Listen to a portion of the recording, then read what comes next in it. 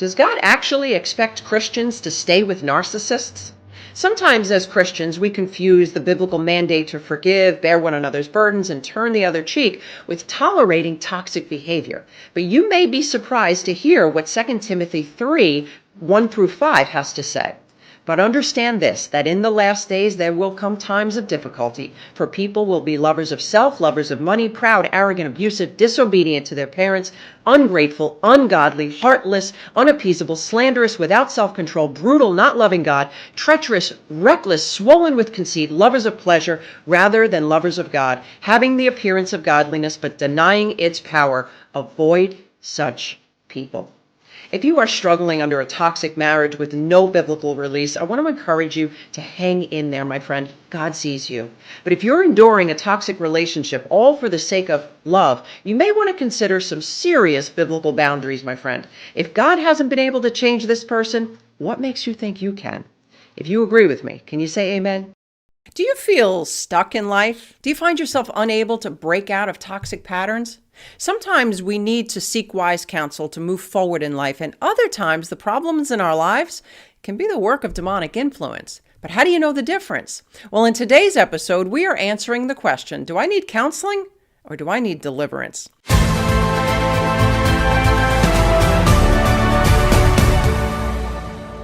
Hey, my friend, welcome back to another edition of the Building Faith podcast. I am your host, Kris Reece, and it is my heart to help you to defeat life's devils, grow in your faith, and answer the call of God on your life. There is no doubt that this life brings its share of troubles. Even Jesus reminded us in John 16:33 that in this life we will have trouble. And sometimes these troubles are just a little too much to handle, and we need help. Proverbs 12:15 tells us the way of a fool is right in his own eyes, but a wise man listens to advice. And there are times in life when we need to seek wise counsel, but there are other times where no amount of counseling in the world will deal with the demonic influence that is over your life. And I tell people often, I can't counsel out a demon, and I can't cast out the flesh. So if you are struggling under demonic influence, no amount of talking through your situation will remove that demon's influence over your life. It may agitate them, which would lead to deliverance, but it's not going to remove them. So that demon needs to be cast out before you can begin counseling. If you are struggling with poor, destructive, sinful behaviors, I can't cast you out of you. You see, no amount of deliverance will give you lasting victory over a sin that you will not repent of. You need to learn how to bring your flesh under subjection. And look, there is no hard and fast rule to determine counseling versus deliverance. There are times when counseling is sufficient to interrupt demonic interference, but other times a demon can manifest clearly and make deliverance the only option. Now, I've had people come to me for counseling only to discover that they truly needed deliverance first. Now, I've had others come to me for deliverance when in reality their problem was within themselves. And in these cases, if a demon is even cast out and the flesh is not dealt with, the minute one operates in their fleshly nature again, sinful nature, the door is now reopened for possible demons to come in. Matthew 12:44 reminds us what the demons do after they're cast out. And here's what he says, I will return to my house from which I came. And when it comes, it finds the house swept and put in order. Then it goes and brings with it 7 other spirits more evil than itself. And they enter and dwell there. And the last state of the person is worse than the first. So when do you need counseling? And when do you need deliverance? Well, counseling is for addressing root issues contributing to present problems, dealing with errors in thought patterns and actions, healing some past wounds through forgiveness, providing tools to teach biblical and godly ways of dealing with either unwanted people or thoughts or behaviors. And the goal is to be able to move forward by healing from the past. Deliverance is the supernatural power of God, putting a stop to the works of demonic forces.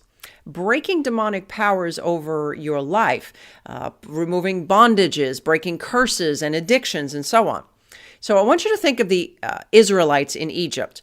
Their deliverance out of Egypt was the deliverance that they needed. But the 40 years in the wilderness, well, that was the counseling they needed. Oftentimes, my friend, you need both. We know what it feels like to need counseling. You're going through an internal or an external issue that you just can't seem to resolve, and you need to seek wise counsel. So how do you know if someone needs deliverance? Well, the first thing is obvious manifestations.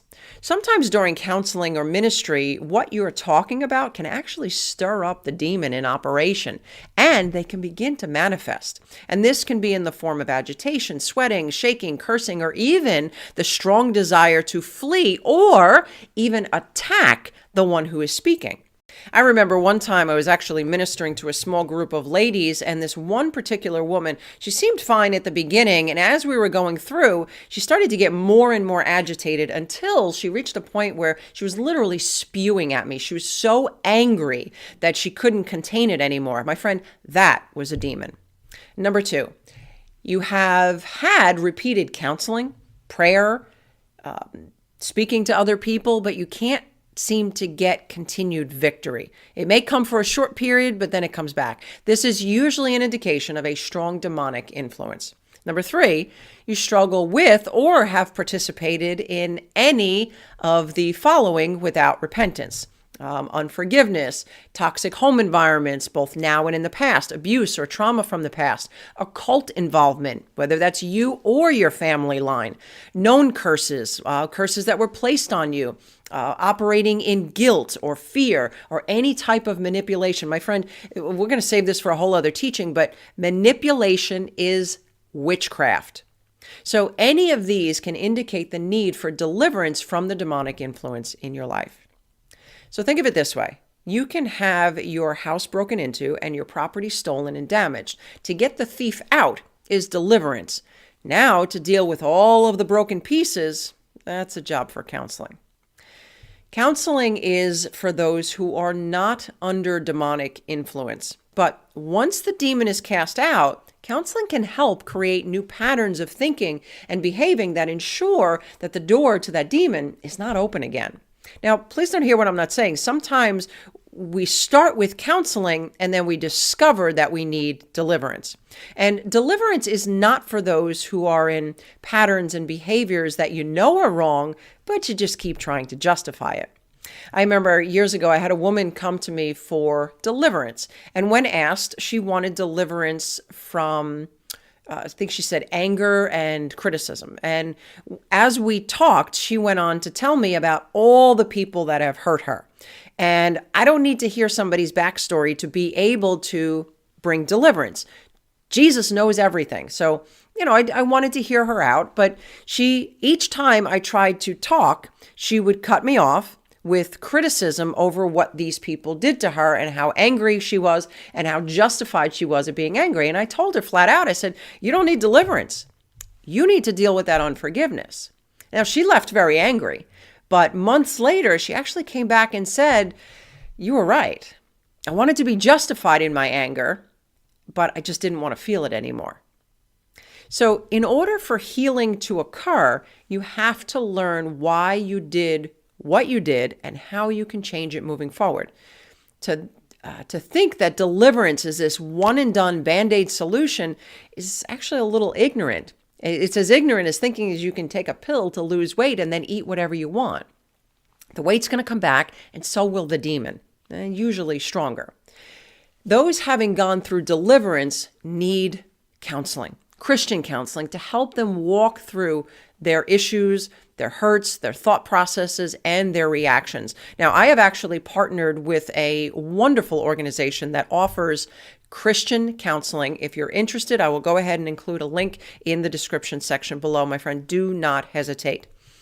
Look, if you have been delivered and if you are going through counseling and you need to address those issues of hurt and those thought processes and the reactions, you need to learn new techniques to handle what the devil is trying to throw at you. And you need to learn it God's way. Remember, these demons have likely spent years fragmenting your mind and your will and your emotions. And now that they're out, you're going to need to repair that damage. And yes, God is faithful. He will walk with you through this journey.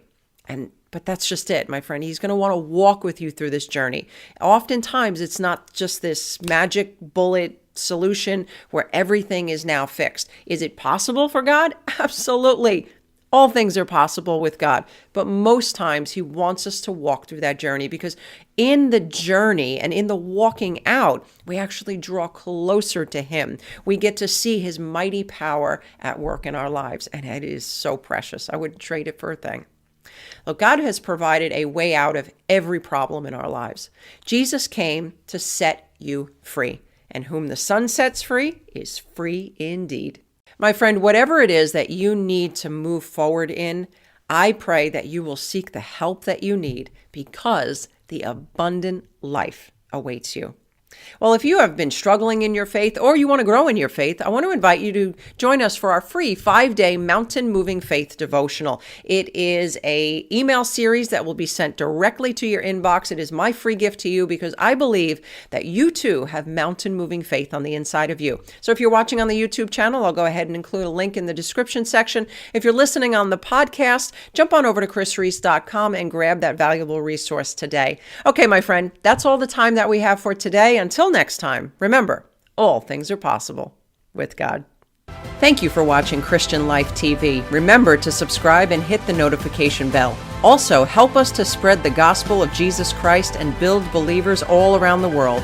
Make a one-time donation or become a monthly partner with Kris Reece Ministries by clicking on the donate link now.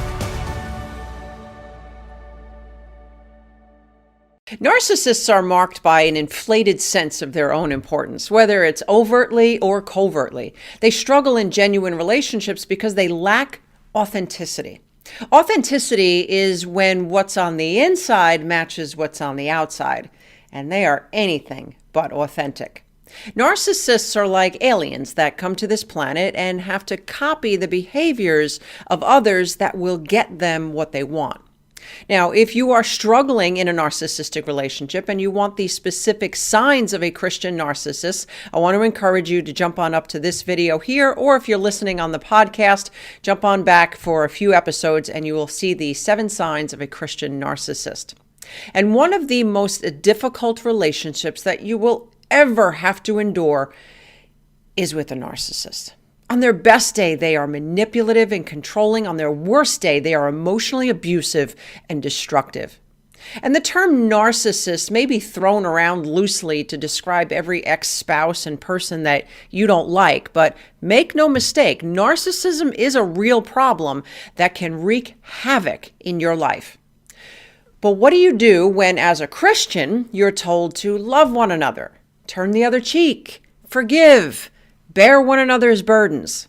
Well, that's why I want to talk to you today about the common narcissistic behaviors and what the Bible says we should do about them.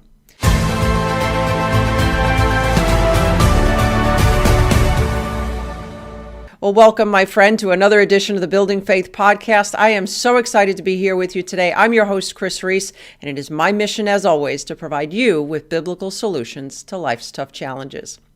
One common trait of narcissists is their grandiose sense of themselves. It is all about them. Whether they are overtly demanding or covertly manipulating, narcissists think they are better than you. And if they're not better than you, then they've been somehow jilted in life, and it's probably your fault. So, they are your classic entitled brats. 2 Timothy 3, 1-5 says, "But understand this, that in the last days there will come times of difficulty, for people will be lovers of self, lovers of money, proud, arrogant, abusive, disobedient to their parents, ungrateful, unholy, heartless, unappeasable, slanderous, without self-control, brutal, not loving good, treacherous, reckless, swollen with conceit, lovers of pleasure rather than lovers of God, having the appearance of godliness, but denying its power. Avoid such people." There you have it, my friend. That's what the Bible says. Avoid such people. Let's go on. Another common trait of narcissists is they are manipulative. Look, let's call this for what it is. Manipulation is a form of lying.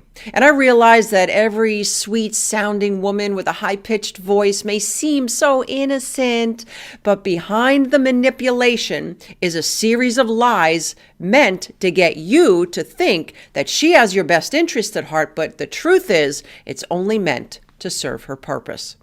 And I see this a lot in Christian circles, especially with covert narcissism. They come across very timid, very innocent, but deep inside, they are manipulative control freaks. Now, who else do we know is a liar? Satan. John 8:44 tells us that he is the father of lies. He is the master manipulator. And these manipulators even exist in the church. Here's what 2 Peter 2 says. It gives a graphic description over what to do about false teachers. And in 2 Timothy 3:6, we are warned about manipulators who worm their way into homes and gain control over gullible women who are loaded down with sins and are swayed by all kinds of evil desires. So, what does the Bible say about narcissists? Beware. Narcissists are also unforgiving. Look, make no mistake about it. Narcissists are grudge holders. They may say that they've forgiven you, especially if it's something that they know would put them in a favorable light. But make no mistake, my friend, that offense is waiting to be used at a more opportune time against you. However, if they sin against you, they will demand forgiveness and trust. They will be like the parable of the unforgiving debtor in Matthew 18. So this man owed a lot of money and he was forgiven of his debts. But immediately after he was forgiven of his debt, he now went to somebody else who owed him just a fraction, a sliver of what he was just forgiven of. And he literally beat the man. Narcissists are not forgiving. They're also unteachable. Narcissists have to give the image of knowing everything. Remember, their image is everything. So here's a potential catchphrase that gives away a lot of narcissists. Are you ready for this? Yeah, I know. Yeah, I know that. Look, it doesn't matter if you just asked them something and they said they didn't have an answer to, and then someone else gave that answer. It's a compulsion for them to say, oh yeah, I knew that. They can't help it. Now, in some cases, they don't want to be seen as not having all the answers. In other cases, they actually think they know everything. Now, this is not the case for all narcissists. So just because someone admits to not knowing something doesn't mean that they don't struggle with narcissistic traits. In fact, actually, the covert narcissist will often play that sweet, innocent victim who just doesn't know anything. But even if they're outright rejecting your wisdom or saying yes to your face and then discarding you later, the truth is that narcissists are not teachable. Proverbs 15:32 says, if you reject discipline, you only harm yourself. But if you listen to correction, you grow in understanding. Fear of the Lord teaches wisdom. Humility precedes honor. Look, it's not that you're their teacher, but in relationships, we're always teaching and learning from each other. Not so with a narcissist. Control and power are their main focus. And the next thing that we discover about narcissists is they are divisive. A narcissist's goal is to divide and conquer. They will seek to sabotage relationships by slandering you or causing you to slander others, often under the guise of caring and praying for someone. Look, I urge you, brothers and sisters, to watch out for those who cause divisions and put obstacles in your way that are contrary to teaching you have learned. Keep away from them, for such people are not serving our Lord Jesus Christ, but their own appetites. By smooth talk and flattery, they deceive the minds of naive people. Romans 16:17. So, what does the Bible say? Watch out. The next trait of a narcissist is they're fake. Overt or covert narcissists pretend to be something that they're not. They have a very fragile self-image, and they will work desperately to protect it. Scripture tells us, "Let no one deceive you with empty words, for because of such things God's wrath comes on those who are disobedient. Therefore, do not be partners with them.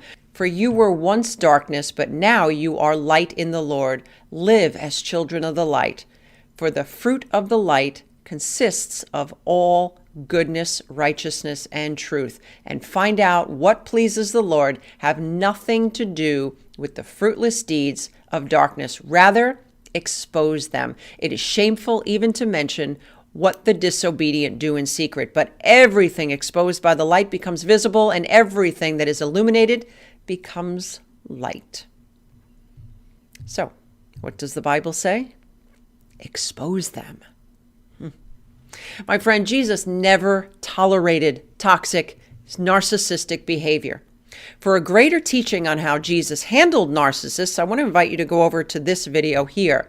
He was well aware of their various tactics to distract him from his mission. And in many cases, Jesus had little to no contact with these toxic individuals. In Matthew 15:14, Jesus says, "Let them," the Pharisees, "alone. They are blind guides of the blind. And if a blind man guides a blind man, both will fall into a pit." Matthew 15:14. Another way of saying this, have nothing to do with them. So, you can find yourself constantly turning the other cheek only to realize that both cheeks are rather bloody for no reason. Because here's what the Bible says about how to handle narcissists. Number 1, avoid them. 2 Timothy 3:1-5. Number 2, expose them. Ephesians 5:6-14. Number 3, watch out for them. Romans 16:17-18. Have nothing to do with them. Matthew 15:14. And beware. 2 Timothy 3:6. These people are acting in their nature, and it is a nature that they have chosen to follow. It is likely, my friend, that God has reached his hand out again and again and again to give the narcissist an opportunity to turn from their ways. And I want to assure you that if God hasn't been able to change them, what makes you think you can? So, trying to love a narcissist into changing is like hugging a crocodile and expecting it to love you in return. If you want to learn how to handle all types of toxic people, I want to invite you to grab a copy of my free Toxic People Survival Guide. I'll go ahead and include a link in the description section below. And if you have been hurt by a toxic mother, I want to invite you to check out my online course, How to Heal from a Toxic Mother. And if you have chosen to stay in a relationship with your narcissist, check out this video on how to use the narcissist to your advantage and live in peace. It's like arguing with a snail. Taking the script, kind of flipping it. I want to twist what you're saying. I'll even twist what I'm saying. What does that look like in real life? Arguing with a narcissist is like playing a game of chess with a chicken. Wow, that sounds exhausting.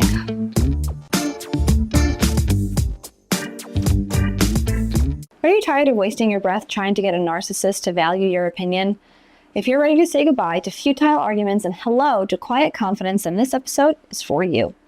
Kris Reece will be taking us through the 3 tactics narcissists use to pull you into a toxic argument, how to avoid taking the bait, and the responses that will leave you peaceful and them speechless.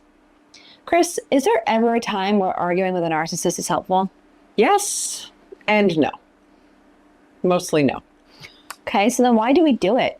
How do we always get pulled into, as you say, the toxic tango with them even when we don't want to? Well, narcissists are going to use several go-to tactics. Number 1, accusations. Number 2, provocations. And number 3, misinterpretations.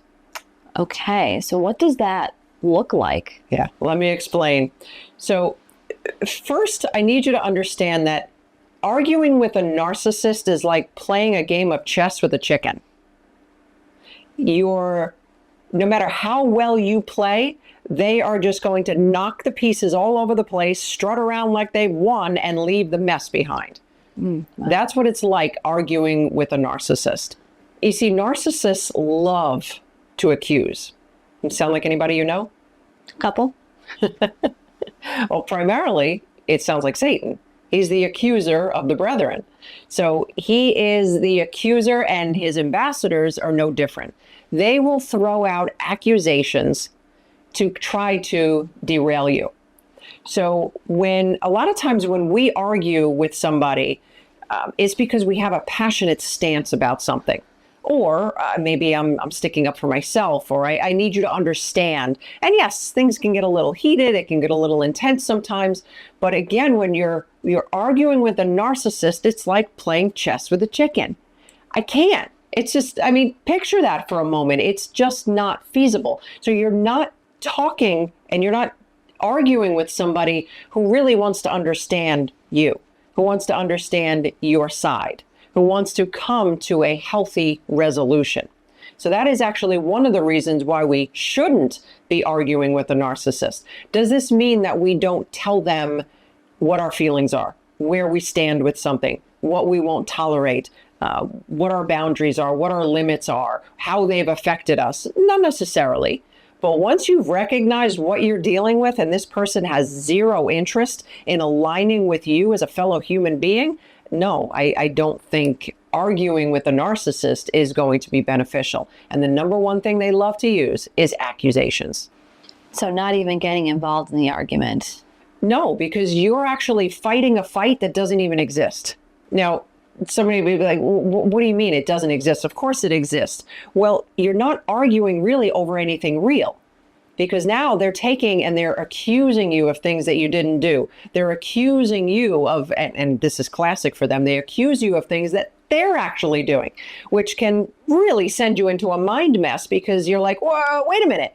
You're like, I'm trying to be loving here, but you're actually accusing me of things, and worse, you're accusing me of the things that you're doing. Do you see what kind of circular reasoning that you're taking place here in your own mind? So you're half engaged in the argument, and you're not even coming at this in a loving and biblical way, because I've just taken narcissistic bait.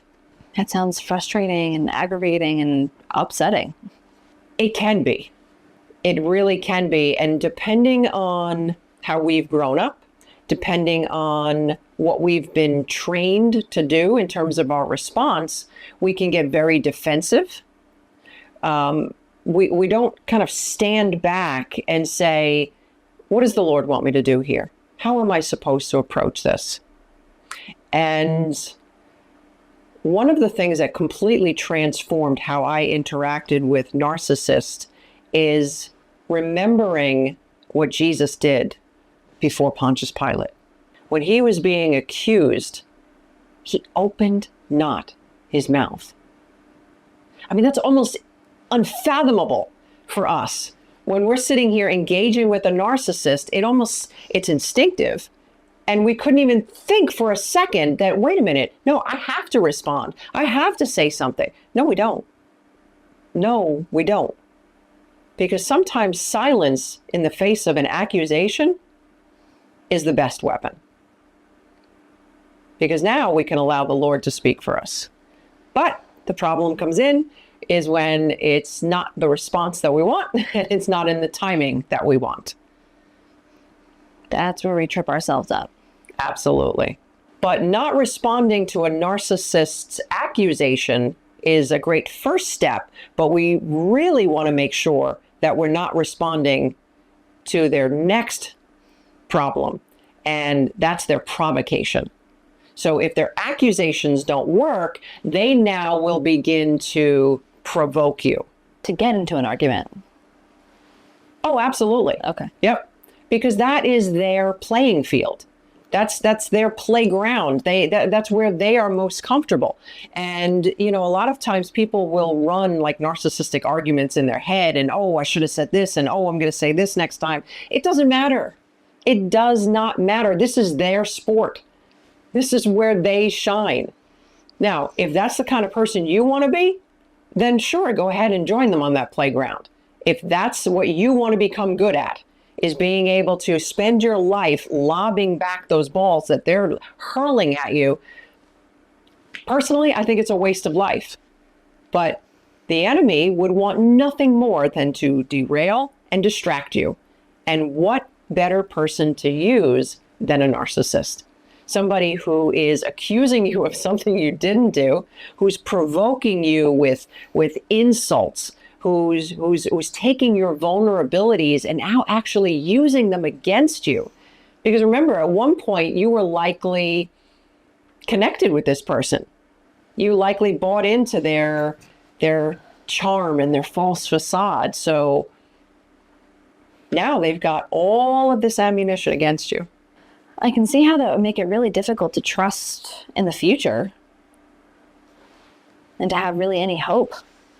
Well, that's a good point, because if our hope and our trust is in them and it's in them changing, then yes, we're going to be severely disappointed and let down, because narcissists rarely change. Now, I know there's a lot of professionals out there that will say they do not change, but I don't think those professionals know God. So with all things are possible with God, but it takes a willingness for the narcissist to say, I don't think I like these tendencies. So, let me get some help on that. And even that is a very, very long road, but they usually don't change. So now I have to become something that I don't like so that I can somehow survive in a relationship with you. And they love provocations. And they will continue to bait you, name calling, insults, using your past against you, your vulnerabilities. They will use anything and everything to provoke you, to get you onto their playground. You're over here in your little peaceful land over here, and they want you on their playground because that's where they know how to fight. They do not know how to speak the truth in love. They do not know how to have a healthy dialogue. They do not know how to bring their hurts and their vulnerabilities before you. They only know how to fight unfair. And that's why they're going to continue to pull you onto their turf. Wow, that sounds exhausting. Yeah. And the next thing that they deal with is misinterpretations. So in normal relationships, you have misinterpretations, you have misunderstandings, and what do? Well, we clarify. Well, hey, you just said this. Did you mean to do that? Or, did you mean to say that? Or hold on, this is how I heard this. This is how I received this. Was that your intention? With narcissists, there's constant misunderstandings and constant misinterpretations. Why? Because they twist everything. It's intentional. Whereas a standard misunderstanding and misinterpretation, we're just going to look for a little bit of clarity and then we can move forward and maybe even get some growth. With them, it's actually intentional.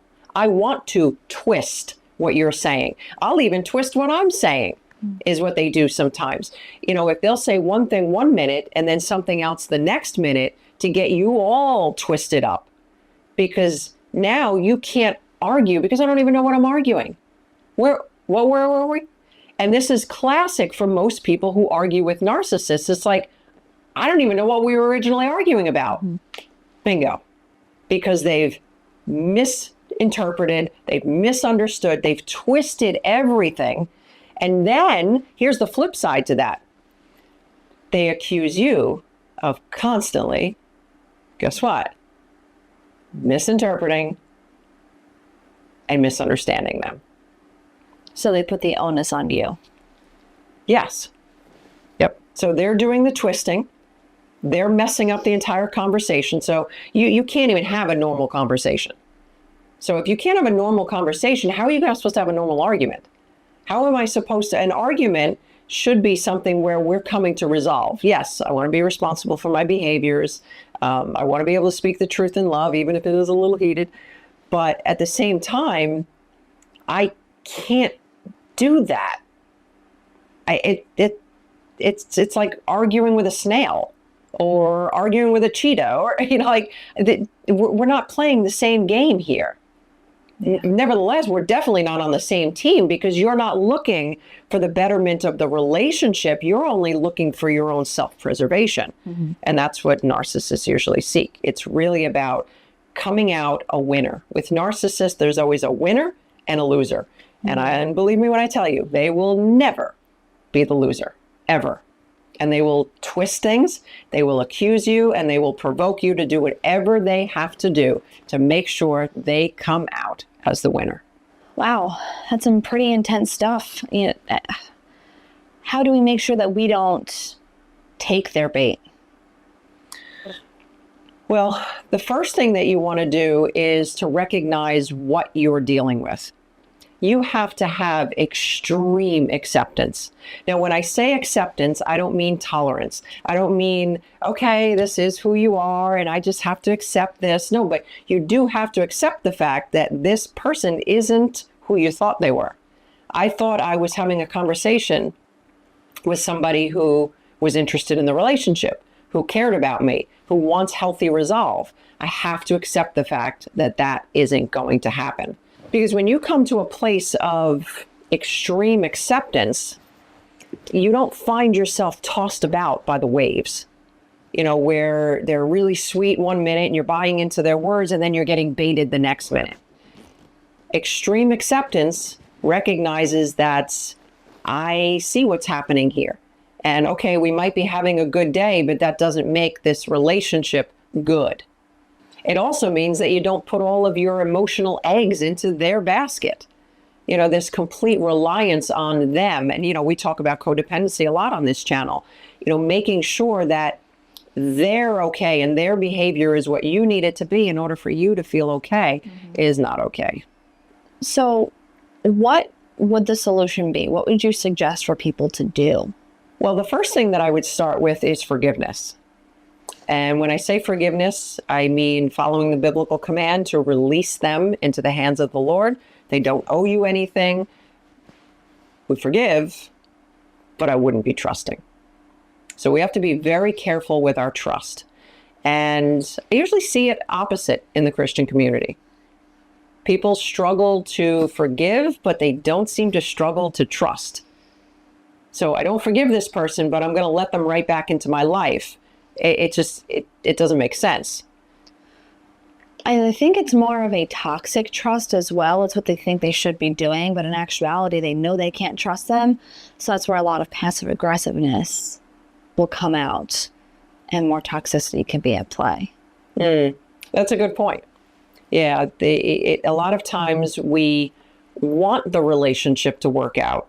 So I just say the words, I trust you. I pretend that I trust you. I even try to trust you. But any of the trust issues, they're not dealt with.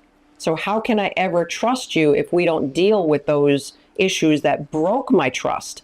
And now, of course, the narcissist doesn't make that any easier, because the minute you say, hey, you know what, I'm still kind of struggling with this, and I think we need to talk about this.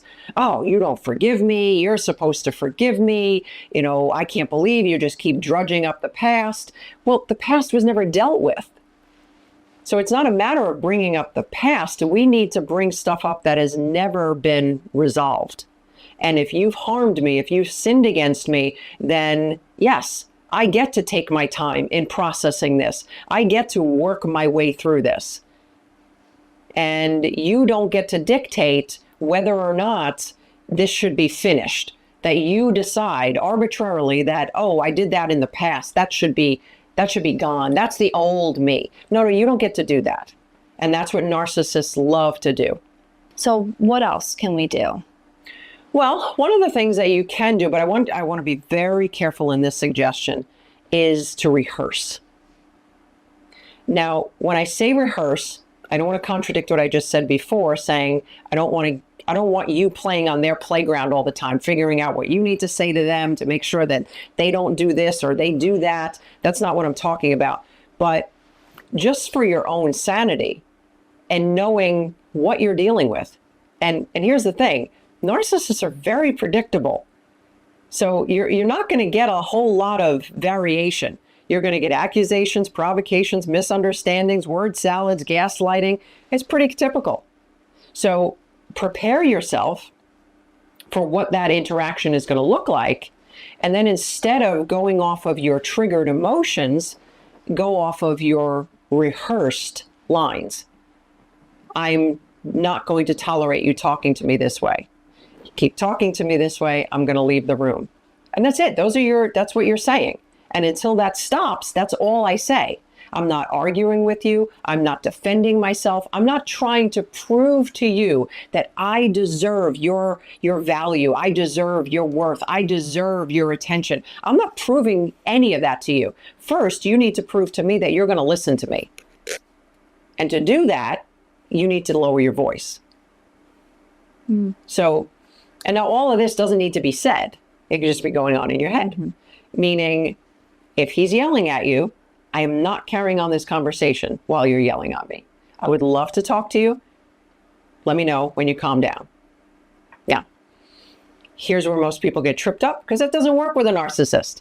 Because a lot of people think, oh, that should be the limit. That's going to now get them to say, oh, I'm so sorry, I shouldn't be yelling at you. That's not going to happen. They're going to yell, I'm not yelling. I'm not yelling at you. This is it, or you deserve this, or you made me do this. And it's going to actually escalate. And that's where you need to have your rehearsed lines. This is what I'm going to say, and I'm going to say this in a calm, Christ-like manner, and I'm going to hold firm on my boundaries. So it sounds like what you're doing is kind of taking the script, because you say they're pretty predictable, kind of flipping it. What does that look like in real life? Okay. So I'm not exactly flipping the script. I'm creating the script I'm most comfortable with. So again, this comes down to me, because I can't control what you're saying. I can't control how you're talking to me or how you're treating me. And here's what people say a lot. They trigger me. And while that is true, people can trigger us. Here's what's interesting. I can't trigger something that isn't in me. You're not going to trigger my desire to go rob a convenience store. It's just not in me. But you may trigger an anger within me. Why? Because that's within me. You may trigger an insecurity within me. Why? Because that's within me. So what we want to begin to do is recognize, what are they triggering? Because then and only then can I begin to rewrite the script. Because now I have to start doing some of that healing process. So if we imagine a firearm, you have a bullet in the chamber, and we keep getting angry at the narcissist for pulling the trigger, when in reality, if I just empty the chamber, you can pull the trigger all you want. There's going to be no explosion. There's going to be no reaction. So I want to go back. I want to deal with the triggers within me. So now I can figure out how to say this in a calm, loving, Christ-like manner. And then that's what I'm going to rehearse. And you want to keep it simple. I don't have to have an entire script or a conversation going on. There's just a few things that I want to say when you. So, for example, we just talked about it. When you keep yelling, I'm going to leave the room. And that's it. That could be your script, literally. Let them rail. Let them accuse you. What are they going to do? They're going to take it from the top. Accusation, provocation, misunderstandings. They're going to start the whole process all over again. But that doesn't mean you have to. So a really important part of this is identifying the boundary, setting the boundary, and then implementing the boundary. Yes, that's exactly right. But it helps to set the boundary when I know what to say to set the boundary. That makes sense. And a lot of times people will get caught up in what the boundary is, as opposed to how do I communicate this? Okay, the what is the I'm leaving, but how to communicate that, people often get stuck in the, oh, don't talk to me that way. Well, it seems appropriate, right? Yeah. But it's dependent upon the other person. Right. You don't talk to me that way. Instead of, when you do, I'm going to leave. So, yes, it's setting the boundary, but it's also communicating the boundary. Yeah, knowing what the boundary is. Stopping, basically. We have to know that first. Yes, absolutely. If you're having trouble discerning between regular relationship issues versus toxic patterns, please be sure to check out this episode next. And don't forget to grab a copy of your free Toxic People Survival Guide. Your link will be in the description box below. Does anxiety mean you don't have faith? That's the question we're answering in today's video.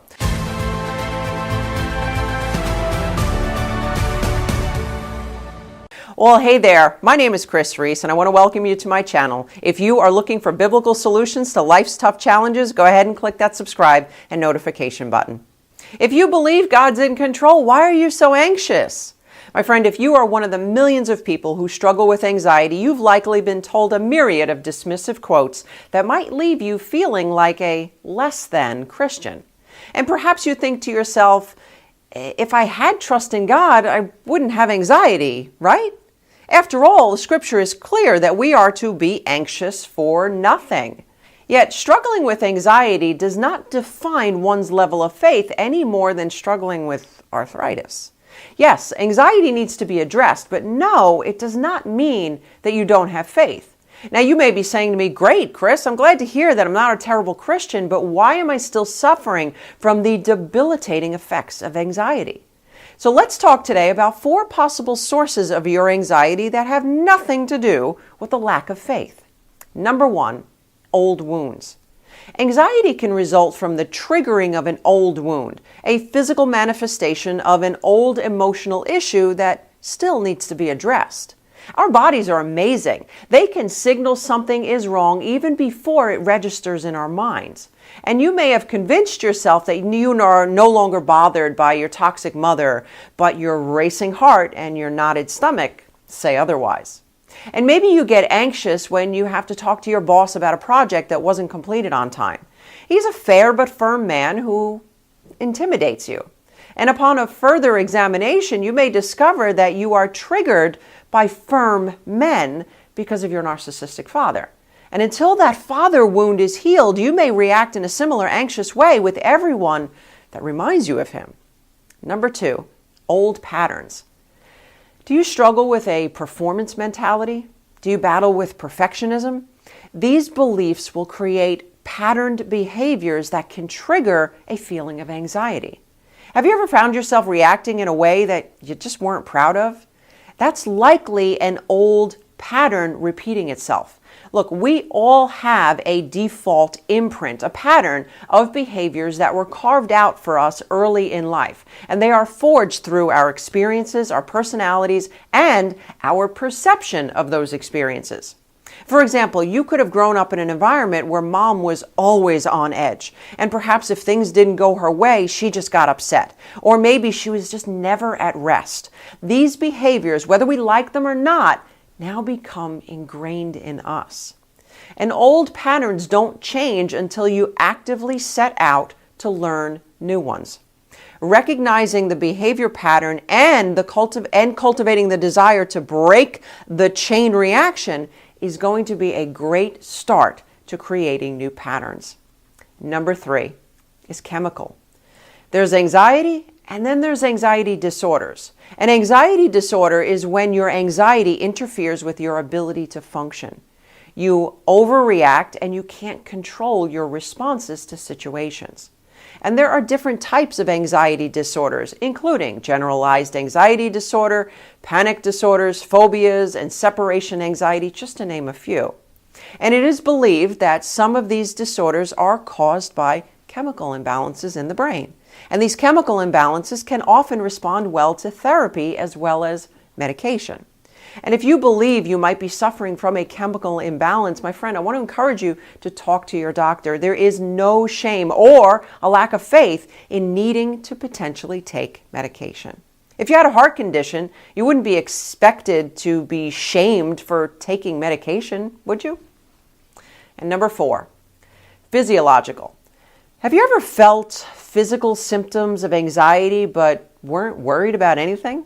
I have. It drove me batty. I would spend hours evaluating my feelings, looking for triggers in my past experiences, and I'd come up empty.